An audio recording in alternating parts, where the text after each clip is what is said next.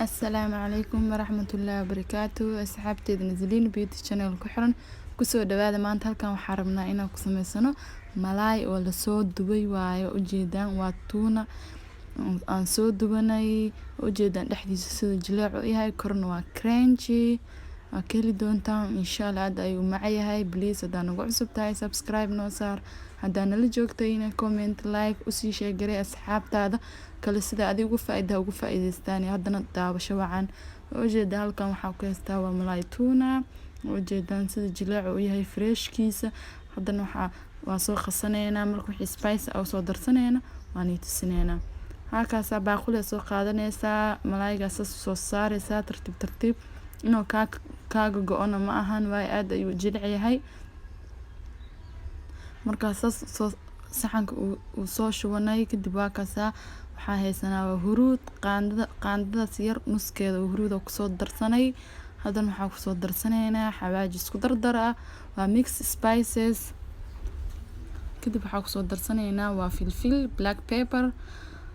kadib waxaa ku soo xijineynaa curry powder. qaandadana mida isticmaala waa mida yareed ma aha mida cuntada lagu cunaayay. kadib waxaa ku soo darsaneynaa xabad maraq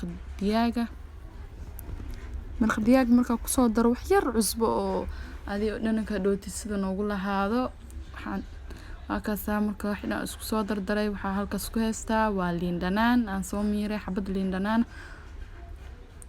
waa kaas hadan fiican isku dhex galeynaa u rafineynaa. waxaa rabnaa khudaarta maanta aan ku soo darnay inaa si fiican oo isku dhex gelino. kadib waxaa soo sugeynaa 10 daqiiqo oo kaleete insha Allah waa isku soo noqoneynaa. waa kaasa 10 daqiiqo kadib ama 15 daqiiqo isku soo noqonay. waa kaasa malaaygeena ujeedaan sida soo noqday saliida dabka sii saaranay. marka saliida noo karkartay in waa xabad ugu soo rideynaa si tartiib waa loo baahan yahay inaad ugu soo ridid. markaas saliid badanna ma aha inaad ku dubtid saliid xoogo yar loo baahan yahay. markaas ujeedaan hadan xabad ugu soo safeynaa kulli hal mar ku soo wada rideynaa.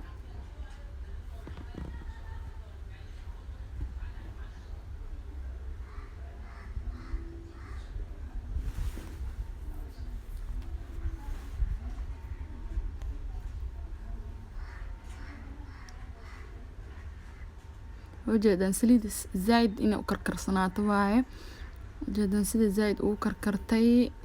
marka waa kaas malaay kulli markaan ku soo ridanay qaandada yara soo qaadanay nafaas u yeeleynaa ma ku dhaqaajineyno hadii kale malaaygeenu wuu noo go'aaya marka qaab daro haduu ku soo baxaaya. waa kaas ujeeda wax yar nafaas u yeelay hadan saliida kor ugu shushubay sida qaandada ku dhaxaysa.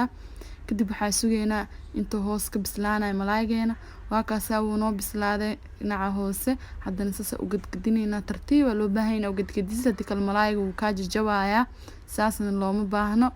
ujeedaan saana kulli soo gadgadinayna haddana waxaa sugeynaa dhinaca kale intuu ka karaayo oo sidaan oo kale gadud noogu soo baxaayo.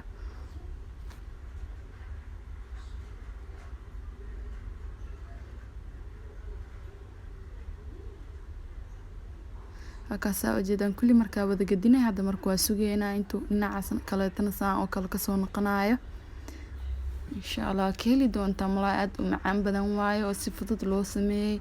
haddana waa kaasa ujeedaan dhinacii kale sidii oo kor oo kale soo bislaaday labada dhinacba caadi ma ahan qurux ay ku soo bixeen. ujeedaan sida noo soo gaduudta malaaygeena hadda marka waan ka dajineynaa waayo labada dhinacba weeno si fiican saarbinay noo naqdeen ee noo gaduuteen.